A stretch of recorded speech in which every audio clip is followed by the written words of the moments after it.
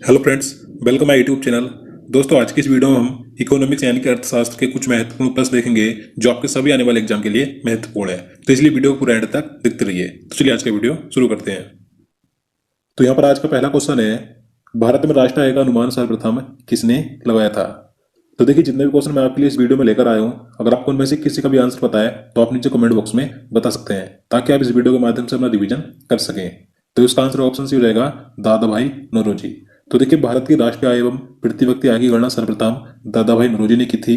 अब देखिए कब की थी, तो 1868 में की थी। डेट भी याद रखनी है। और देखिए, दादा भाई नौरोजी के अनुसार प्रति व्यक्ति आय कितनी थी, तो उस समय प्रति व्यक्ति आय थी 20 रुपए। याद रखना है। चलिए आगे देखते हैं। Poverty and un-British rule in India के लेखक कौन है? तो देखिए, महत्वपूर्ण बुक है ये। तो इसका आंसर भी ऑप्शन सी हो जाएगा, दादा भाई नौरोजी। तो देखिए, दादा भाई नौरोजी की महत्वपूर्ण बुक है जो कई बार एग्जाम में पूछी जाती है, जिसका नाम है poverty and un-British rule in India. देखिए, इस पुस्तक में इन्होंने सर्वप्रथम आर्थिक निकास की अवधारणा प्रस्तुत की थी, तो आपको याद रखना है। और देखिए, जो दादा भाई नौरोजी थे, इन्हें भारत का वयोवृद्ध पुरुष यानी कि grand old man of India कहा जाता है। याद रखना है। चलिए अगला क्वेश्चन देखते हैं। प्रति व्यक्ति आय किसके द्वारा प्राप्त होती है? तो देखिए, काफी आसान क्वेश्चन है कि जो प्रति व्यक्ति आय निकाली जाती है, यानी कि एक व्यक्ति का आय निकाली जाती है, वो किस तरीके से निकाली जाती है? तो देखिए, जो राष्ट्रीय आय होती है, तो उसे पूरे देश की जनसंख्या से विभाजित करके प्रति व्यक्ति आय निकाली जाती है। तो इसका आंसर ऑप्शन हो जाएगा, राष्ट्रीय आय को जनसंख्या द्वारा विभाजित करके। क्वेश्चन नंबर 4 है, भारत की राष्ट्रीय आय का संकलन कौन करता है? तो देखिए, जो भारत की राष्ट्रीय आय एवं प्रति व्यक्ति आय की गणना है, वो किसके द्वारा की जाती है? तो CSO के द्वारा की जाती है। तो इसका आंसर ऑप्शन डी हो जाएगा, सेंट्रल स्टेटिस्टिकल ऑर्गेनाइजेशन, यानी कि केंद्रीय सांख्यिकीय संगठन। याद रखना है। देखिए, बात करें CSO की, यानी कि केंद्रीय सांख्यिकीय संगठन की, तो देखिए इसकी स्थापना 2 मई 1951 को हुई थी और इसका मुख्यालय नई दिल्ली में स्थित है। और देखिए, कई बार पूछा जाता है कि राष्ट्रीय सांख्यिकीय दिवस कब मनाया जाता है? तो 29 जून को मनाया जाता है। याद रखना है। चलिए आगे देखते हैं। किसी देश में उत्पादन किए गए संपूर्ण सामान और सेवाओं का मूल्य उसका क्या कहलाता है? तो इसका आंसर ऑप्शन ए हो जाएगा, ग्रोस डोमेस्टिक प्रोडक्ट, यानी कि सकल घरेलू उत्पाद, जिसे हम कहेंगे GDP। तो देखिए, आप सभी GDP के बारे में जानते हैं। तो देखिए, जो GDP है, यह किसी भी देश की आर्थिक सेहत यानी कि अर्थव्यवस्था को मापने का एक जरूरी पैमाना होती है। तो देखिए, GDP किसी देश में उत्पादन किए गए वस्तु, संपूर्ण सामान और सेवाओं का बाजार मूल्य होती है। तो याद रखना है। चलिए आगे देखते हैं। तो अगला क्वेश्चन है, सरकारी शेयरों का निजी कंपनियों को बेचना क्या कहलाता है? तो देखिए, सरकार पैसे जुटाने के लिए जो सरकारी शेयर, सरकारी हिस्सेदारी को किसी निजी कंपनी यानी कि सार्वजनिक उपक्रम में अगर बेचती है, तो उसे क्या कहा जाता है? तो उसे विनिवेश कहा जाता है। तो इसका आंसर ऑप्शन भी हो जाएगा, विनिवेश, यानी कि डिसइन्वेस्टमेंट। याद रखना है। भारत में पहली बार वैज्ञानिक तरीके से राष्ट्रीय आय की गणना करने वाला अर्थशास्त्री कौन है? अब देखिए, मैंने आपको सबसे पहले बताया था कि भारत में सर्वप्रथम राष्ट्रीय आय की गणना किसने की थी? तो दादा भाई नौरोजी ने की थी। अब बताना है कि पहली बार वैज्ञानिक तरीके से राष्ट्रीय आय की गणना किसने की थी? तो वैज्ञानिक तरीके से राष्ट्रीय आय की गणना की थी BKRB राव ने। तो इसका आंसर ऑप्शन भी हो जाएगा, BKRB राव ने 1925 से 1931 में वैज्ञानिक तरीके से राष्ट्रीय आय की गणना की थी। देखिए, इन्होंने राष्ट्रीय आय का आकलन अपनी पुस्तक national income in British India में प्रस्तुत किया था। तो आपको उनकी बुक का नाम याद रखना है, क्या है? National income in British India. अगला क्वेश्चन है, वेल्थ ऑफ नेशंस पुस्तक के लेखक कौन है? तो देखिए, ये बुक कई बार एग्जाम में पूछी जाती है, तो महत्वपूर्ण है। तो इसका आंसर ऑप्शन हो जाएगा, एडम स्मिथ। देखिए, एडम स्मिथ के बारे में आप सभी जानते हैं। एडम स्मिथ को अर्थशास्त्र जनक यानी कि इकोनॉमिक्स का पितामह कहा जाता है। तो इस स्कॉटलैंड के प्रसिद्ध अर्थशास्त्री थे, जिनकी पुस्तक है वेल्थ ऑफ नेशंस। याद रखना है। इनकी एक और अन्य महत्वपूर्ण बुक है, जिसका नाम है the theory of moral sentiments. याद रखना है, दोनों बुक महत्वपूर्ण है। चलिए आगे देखते हैं। क्वेश्चन नंबर 9 है, अर्थव्यवस्था में टेक ऑफ स्टेज का क्या अर्थ है?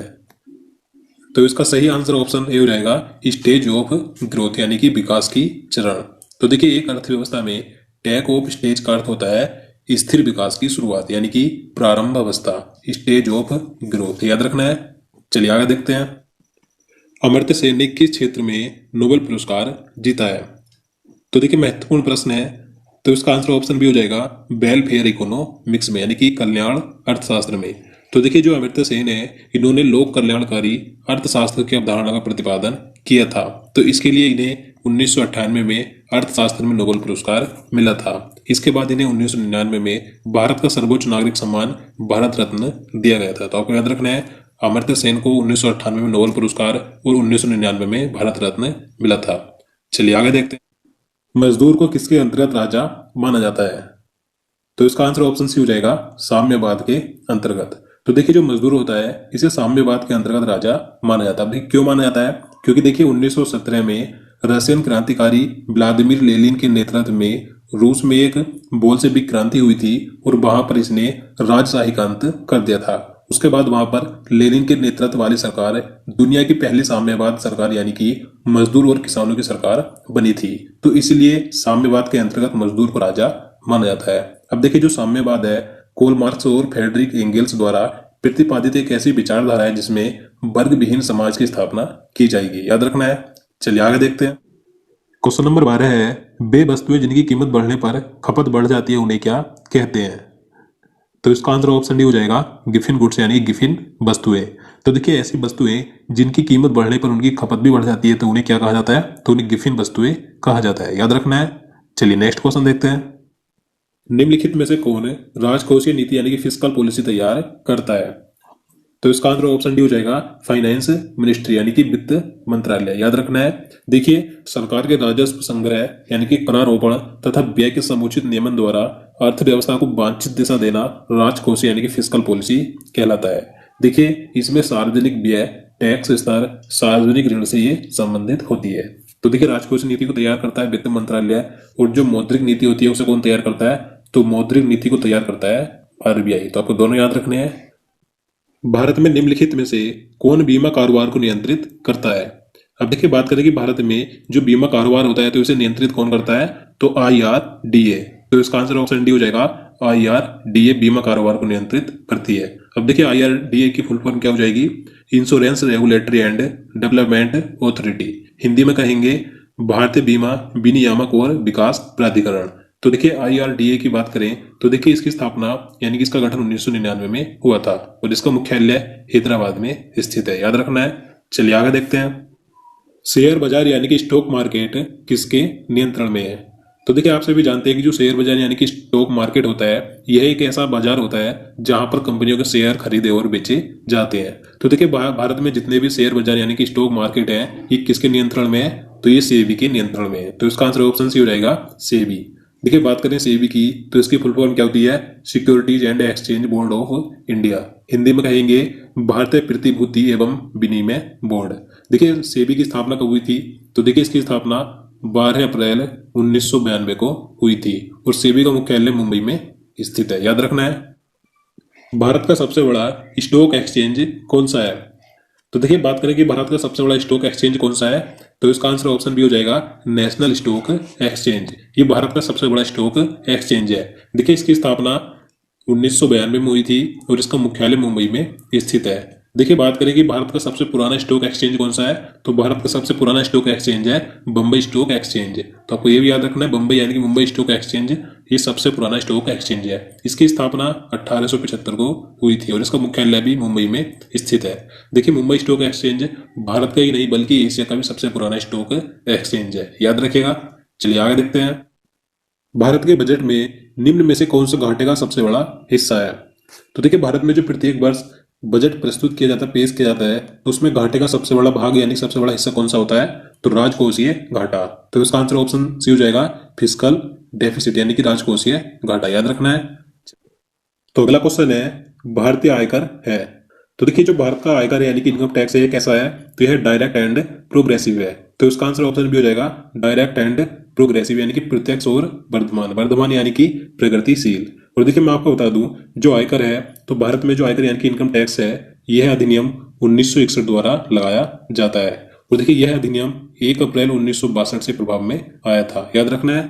चलिए आगे देखते हैं, भारत में निम्नलिखित में से कौन सा कर राज्य सरकार द्वारा वसूला जाता है? तो देखिए इस क्वेश्चन में बताना है कि इनमें से कौन सा कर यानी कौन सा टैक्स है जिसे राज्य सरकार वसूलती है।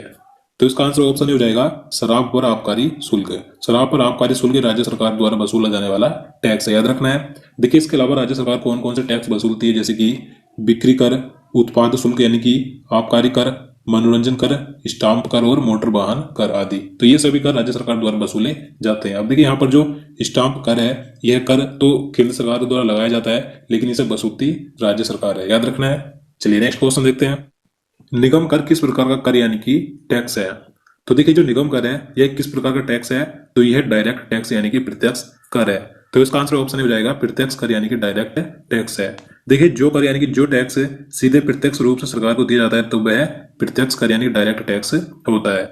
और जो अप्रत्यक्ष कर यानी कि इनडायरेक्ट टैक्स होता है, यह ऐसे कर होते हैं जो वस्तु एवं सेवाओं पर लगते हैं, यानी कि वस्तु एवं सेवाओं के मूल्य में समाहित होते हैं अप्रत्यक्ष कर, जो कि अंतिम उपयोगकर्ता द्वारा भुगतान किए जाते हैं। तो आपको याद रखना है प्रत्यक्ष कर सीधे सरकार को डायरेक्ट रूप से दिया जाता है और अप्रत्यक्ष कर अंतिम उपयोगकर्ता द्वारा भुगतान किया जाता है। अब देखिए कुछ यहाँ पर मैं आपको प्रत्यक्ष कर और अप्रत्यक्ष कर बता देता हूँ, जो कि कई बार एग्जाम में पूछे भी जाते हैं।